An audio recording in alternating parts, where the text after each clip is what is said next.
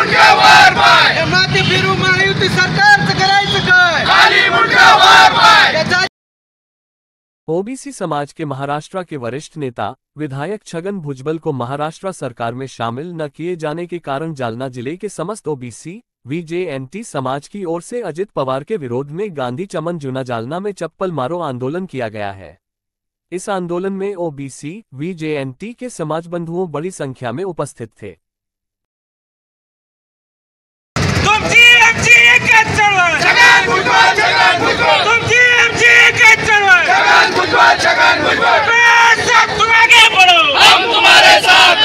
जातीयवादी अजित पवार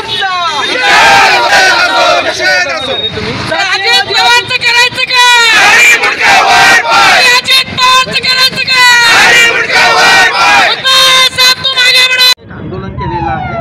काय नेमकी मागणी होती आणि प्रत्यक्षात काय झालेलं आहे मंत्रिमंडळाच्या संदर्भात जेणेकरून भुजबळ साहेबांना डावलण्यात आलेलं आहे? मागच्या 1.5 वर्षापासून मागच्या सप्टेंबरपासून ज्यावेळेस महाराष्ट्रातील ओबीसीच्या आरक्षणावर गदा आली गेली त्याच्यामध्ये घुसखोरीचा प्रश्न निर्माण झाला आणि महाराष्ट्रातली ओबीसी भटके विमुक्त समाजाची पहिली एल्गार सभा ज्यावेळेस महाराष्ट्रातील लोकप्रतिनिधी ओबीसींचे कार्यकर्ते यांचे घरं जात होते, त्यांच्यावर हल्ले होत होते, अशा वेळेस भुजबळ साहेबांनी या महाराष्ट्रातील ओबीसी आणि भटके विमुक्त समाजाचा आवाज बनून या महाराष्ट्रात एल्गार पुकारला आणि महाराष्ट्रभर ओबीसी भटके विमुक्तांना एकत्र करण्याचं काम केलं।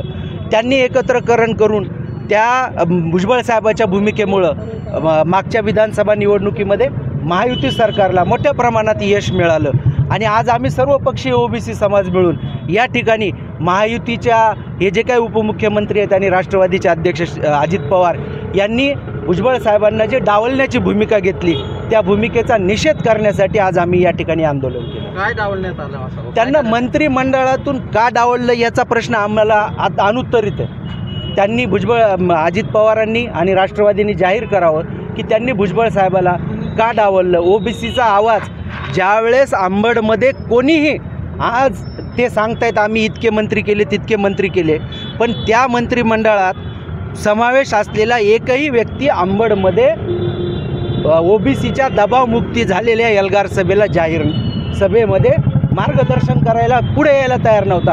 आणि मग तुम्ही अशी बेगडी ओबीसी घेण्यापेक्षा खरा ओबीसी आणि ओबीसीचा बुलंद आवाज असलेले भुजबळ साहेब, पडळकर साहेब आणि वडेट्टीवार साहेब आणि ते सगळेजण होते जे सर्वपक्षीय सभा होती, त्यापैकी तर कोणीच नाही आहे। मग सत्ता कुठं आहे? ओबीसीचा आवाज दबावमुक्तीत ज्यावेळेस लोकांनी आवाज उचलला त्या लोकांना तुम्ही बाजूला ठेवताय, तुमची मनीषा काय?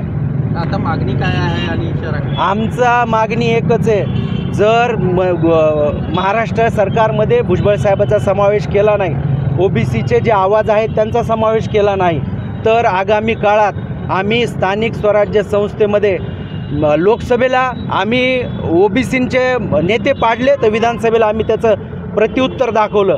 पण आता तुम्ही जर विधानसभेला हेच केलं तर ओबीसी समाज तुम्हाला जिल्हा परिषद, स्थानिक स्वराज्य संस्थेत, महानगरपालिकेत आपली जागा दाखवल्याशिवाय राहणार नाही।